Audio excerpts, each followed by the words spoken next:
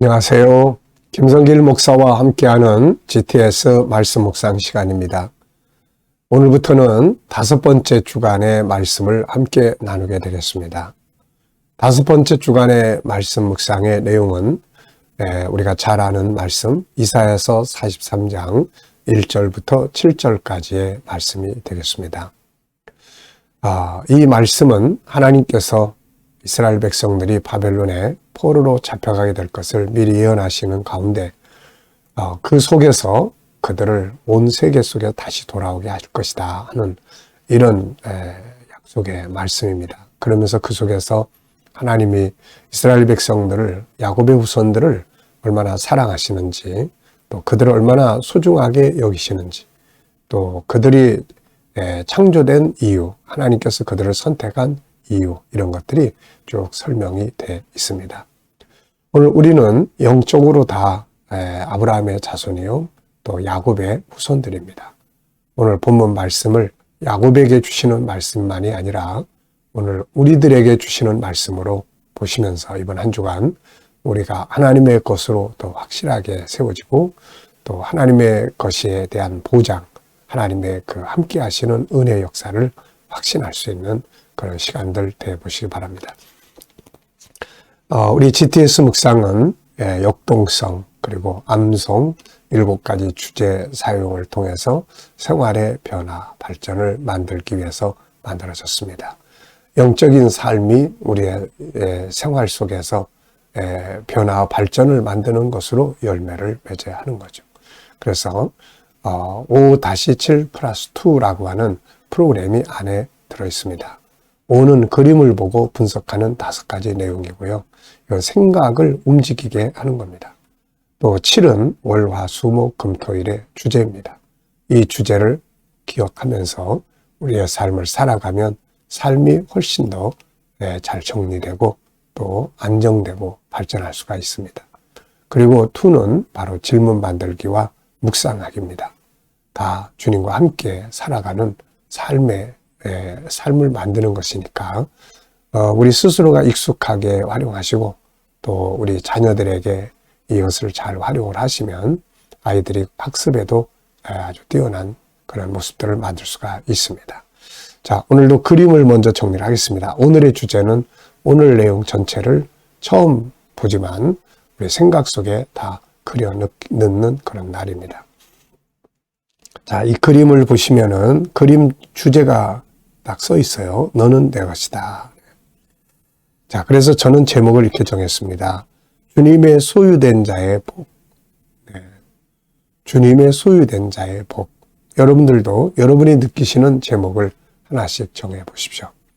의미는 3가지를 적어봤습니다. 첫째는 주님의 것이 될 때 행복과 성공이 온다. 두 번째는 주님의 것이 되기 위한 방법은 무엇인가? 세 번째는 주님의 것으로서의 책임감. 주님의 것이 되면 주님의 보장도 있지만 또 우리가 믿음의 정체성을 지키기 위한 또 주님의 것으로서의 가치를 지키고 살아야 되는 또 사명감도 따라야 되는 거죠. 두 번째입니다. 분석, 보이는 부분과 보이지 않는 부분. 항상 보이지 않는 부분에 관심을 두고 사셔야 발전을 만들어낼 수가 있어요. 자, 눈에 보이는 부분은 예수님 품에 안긴 양, 그리고 글씨, 그리고 돌멩이들, 주변에 풀도 있고 또 예수님의 그림자도 있습니다. 보이지 않는 부분에는 주님의 것이 된 이 양의 행복, 그리고 주님의 마음, 주님의 것인 양이 해야 될 일들. 주님의 것인 양은 주님을 떠나면 안 되죠. 지가 혼자 고집대로 자기 식대로 돌아다니다 보면은 늑대의 밥이 될 수가 있게 되는 거죠. 그래서 주님의 것은 항상 주의 음성을 들을 줄 알고 주님을 졸졸졸 따라갈 줄 알아야 합니다. 자, 3번째는 그림에서 가장 중요한 것은 뭔가요? 저는 주님의 것으로서의 삶, 이렇게 적어봤습니다. 말씀드린 것처럼 주님의 것이 됐으면 주님의 것으로서의 삶이 있어야 되는 거죠. 주님의 것이 되었는데 마귀의 소유물처럼 엉뚱하게 행동하고 자기 고집대로 행동하고 그래서는 안 될 겁니다. 네 번째는 연상법이에요. 이 그림의 배경이 되는 말씀, 이사야 43장 1절의 말씀입니다. 그리고 성경 속에서 하나님의 것으로 살았던 사람들의 모습이 있죠. 우선 요셉 같은 사람, 노예로 팔려갔지만 하나님의 것으로서의 살면서 하나님이 얼마나 그를 사랑하시고 또 보장하셨는지를 보여주는 내용이 있습니다. 다니엘과 그 친구들도 역시 바벨론에 포로 잡혀갔지만 그들은 하나님의 것으로 살았습니다. 불 속에 들어갈지라도 우상 숭배하지 않고 믿음의 정조를 지키는 바로 이런 자세들은 하나님의 것으로서의 삶을 잘 수행했던 모습이죠. 그래서 하나님께서 이들을 자기 것이기 때문에 보호하시고 지켜주셨던 것이죠. 예, 또 사도 바울 같은 사람, 예수님이 바울을 보시고 나의 그릇이다 이런 말씀하셨거든요. 오늘 우리 모두는 다 하나님의 것으로 선택되었습니다. 그래서 우리 안에 그분의 형상이 들어있고 예수 그리스도를 우리가 믿을 수 있다는 것은 그리스도 안에서 우리는 하나님의 것이 되는 거거든요. 초기에는 하나님의 형상대로 창조되면 하나님의 것이 되었고, 그 다음 인간이 범죄한 다음에는 하나님의 그 대속의 방법, 예수 그리스도를 통해서 하나님의 것이 된 것입니다. 그래서 저와 여러분 모두는 다 하나님의 것입니다.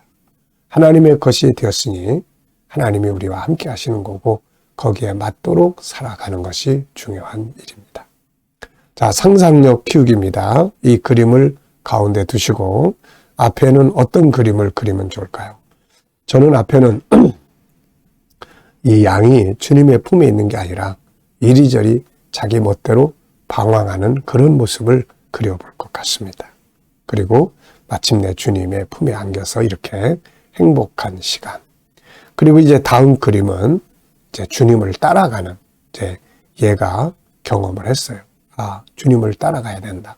주님을 떠나는 게 고생이다. 이걸 알게 됐죠. 그래서 주님을 졸졸졸 따라가는 모습을 그려볼 것 같습니다. 자, 미래를 어떻게 살고 싶은가요? 그렇다면 지금 무엇을 해야 할까요? 우리가 미래의 삶을 그려본다면 어떤 삶을 살고 싶습니까? 그냥 가는 것보다는 그려놓고 그 비전을 향해서 가는 것이 아주 중요한 일입니다.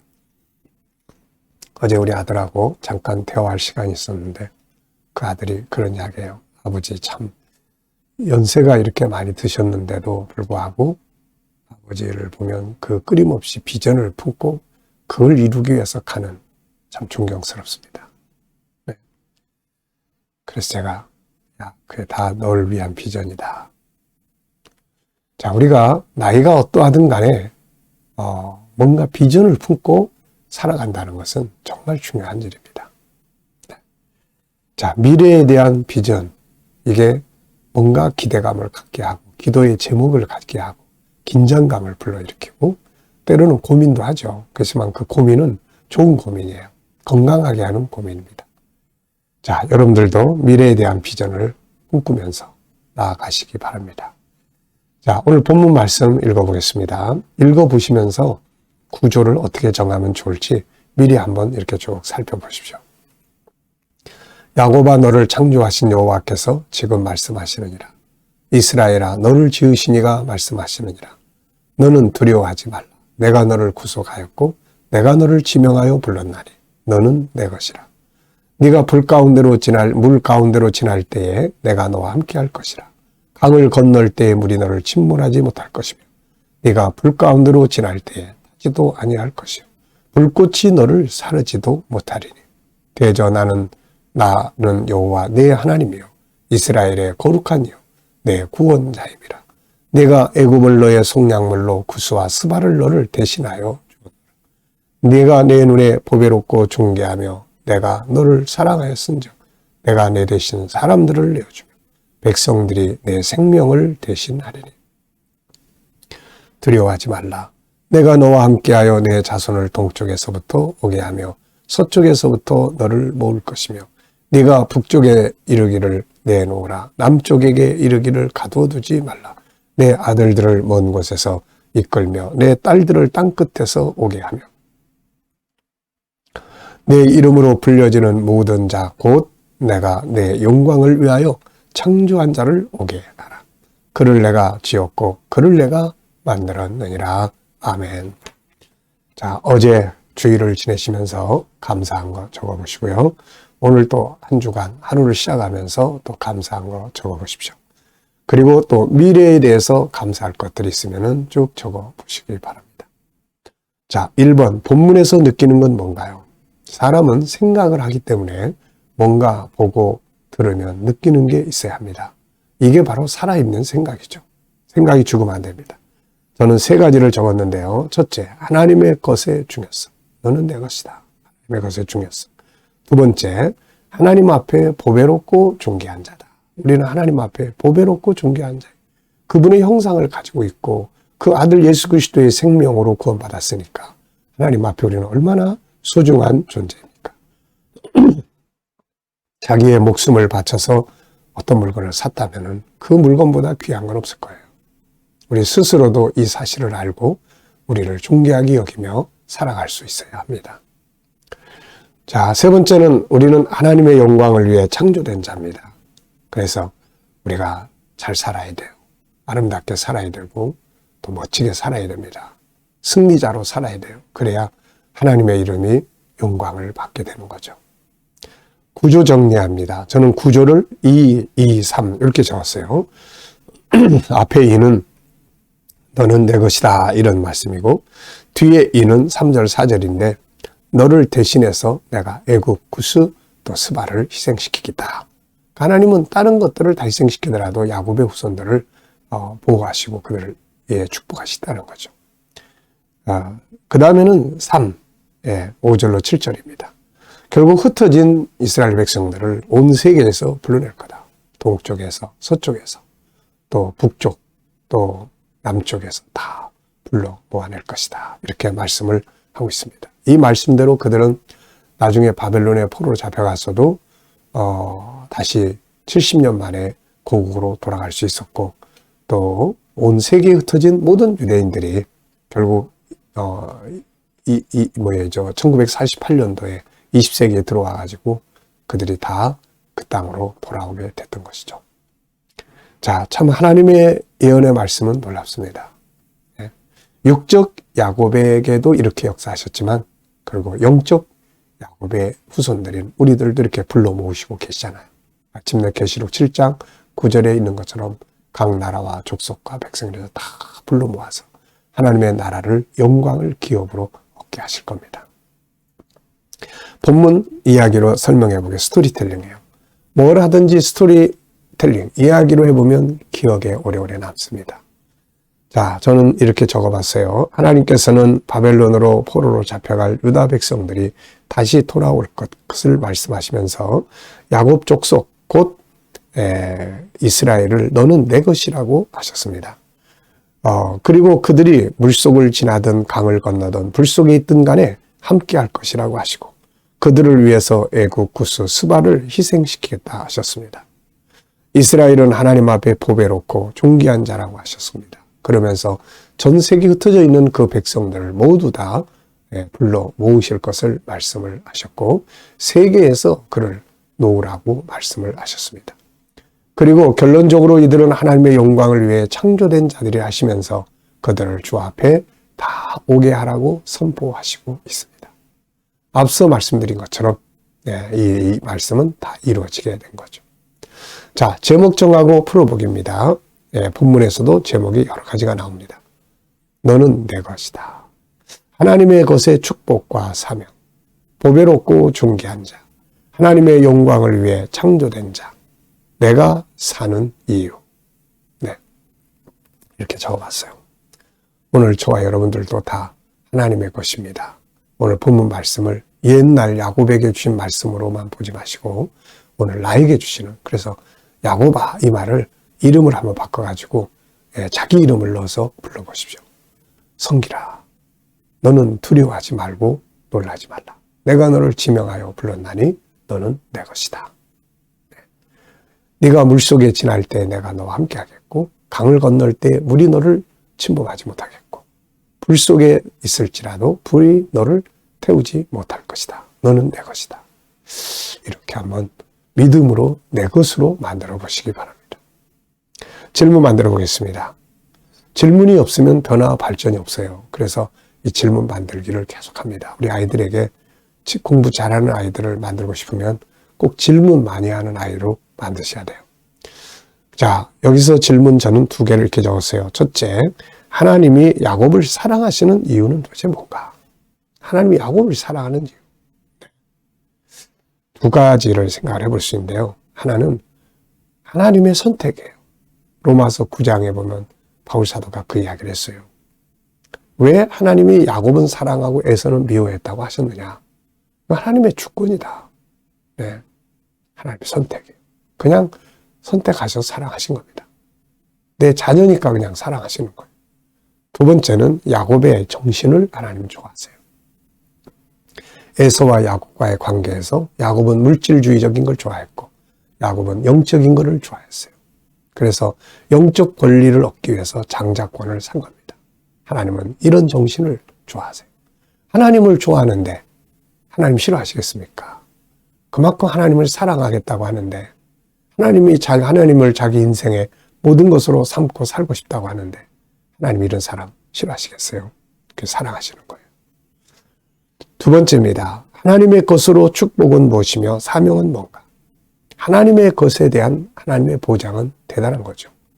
본문에도 물 속에 지날 때, 홍해바다를 지날 때 물이 그들을 해치 못했고 요단강을 건널 때 물이 그들을 침몰하지 못했고 다니엘의 친구들이 불 속에 들어갔어도 불이 그들을 태우지 못했어요. 이게 하나님의 보장하심이에요. 그러니까 우리가 확실하게 나는 하나님의 것이다 라는 확실성만 가지면 하나님의 보장도 함께하는 겁니다. 그 다음에는 이제 또 사명이 있어요. 하나님의 것으로서 살아가는 삶, 바로 믿음의 정체성을 지키는 것이고 하나님의 영광을 나타내기 위해 사는 것이고 그리고 보배롭고 존귀한 존재로 살아가는 겁니다. 이게 바로 하나님의 것이 살아야 될 삶의 모습이에요. 오늘 내일 모레는 IQ를 위해서 기도합니다. IQ는 지적 재능이에요. 세상을 다스릴 수 있는 재능입니다. 아이들이 공부하는 건 지적 재능의 습득이에요.